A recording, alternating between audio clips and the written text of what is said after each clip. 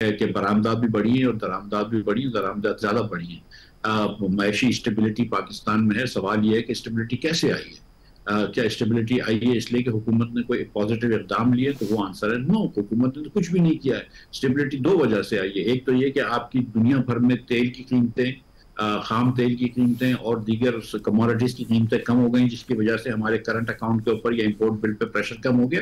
और दूसरा ये कि 3 साल से आप लोगों को गरीब करते आ रहे हैं, उनकी कुव्वत खरीद आपने मार डाली। जो आपने शरह सूद रखा उससे नौकरियां नहीं पैदा हुई। जब आप बेरोजगारी बढ़ा रहे हैं, जब आप गुर्बत बढ़ा रहे हैं, लोगों के पास पैसा ही नहीं है।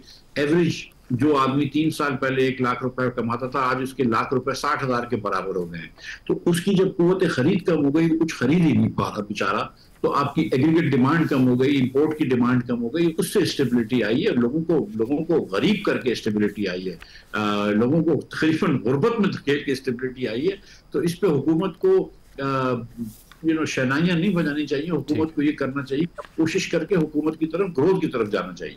आपने तेल की कीमतों की बात की तो ख़बर तो ये गर्दिश कर रही है कि 15 रुपये तक का इजाफा हो सकता है पेट्रोलियम मसनूआत की कीमतों में। तो अगर इंटरनेशनली कीमतें कम हो रही हैं, यहाँ बढ़ रही हैं?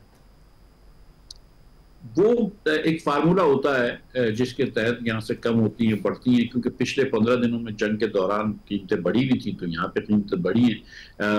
देखें, कीमत में दो चीजें होती हैं। एक तो फार्मूला बेस्ड कीमत होती है, ठीक है, उसके अंदर दो अफेक्ट होते हैं जो लोकल गवर्नमेंट के अफेक्ट हो सकते हैं।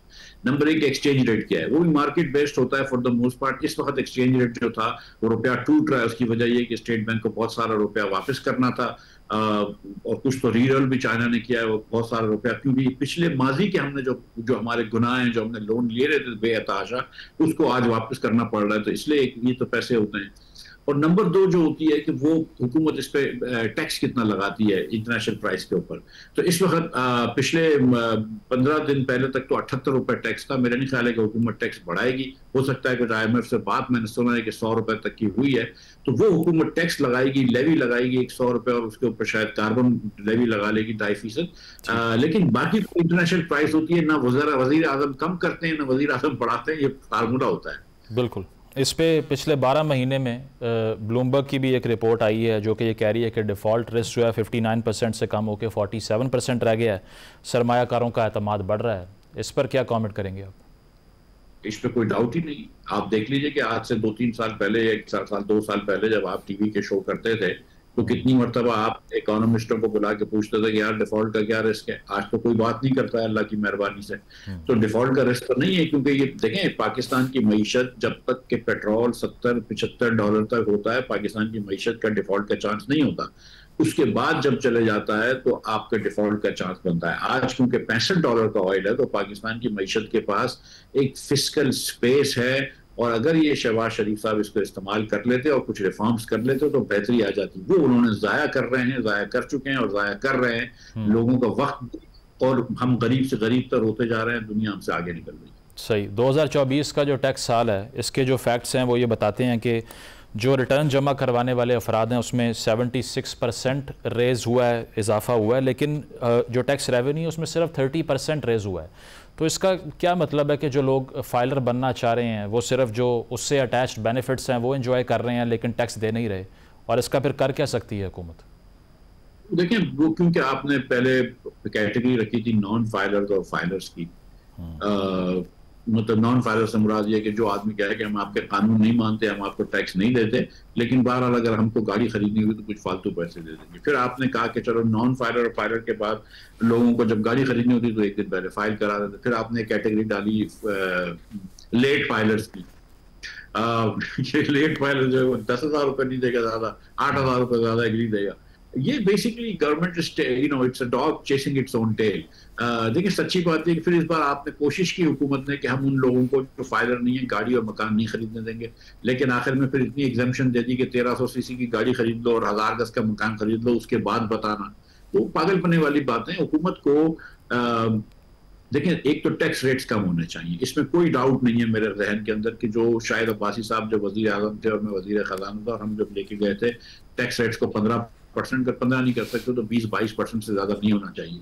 ये एक इमरानी माहिदा होता है हुकूमत का और अवाम का कि अगर आप इतना टैक्स लेते हैं तो आप देते क्या हैं। तो हुकूमत को कभी शहबाज शरीफ साहब को और जो चीफ मिनिस्टर साहिबा हैं और साहिब हैं उनको कभी देखना चाहिए कि हमने दिया क्या है इन लोगों को। ना हमने तालीम दी है, ना सेहत दिया है, ना दी है, तो फिर आप इतना टैक्स ले क्यों रहे? बिल्कुल। ऑडिटर जनरल की जो रिपोर्ट है वो ये बताती है कि जो टैक्स सिस्टम है पाकिस्तान का, उसमें एक ब्लैक होल है 662 अरब रुपए का, और एफबीआर की कारकर्दगी पे ये चार्जशीट से कम नहीं है। किस तरह हो जाता है इतना बड़ा ब्लैक होल जो है मेंटेन कैसे कर लेती है एफबीआर?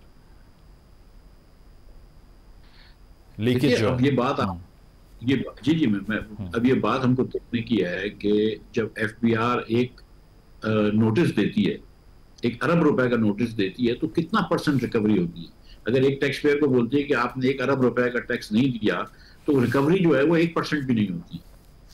तो इसका मतलब ये कि एफबीआर की या नोटिस एकदम गलत है, या फिर ये कि नोटिस जाने के बाद उसके बाद कोई मुकमका हो जाता है, और इनफैक्ट वही होता है।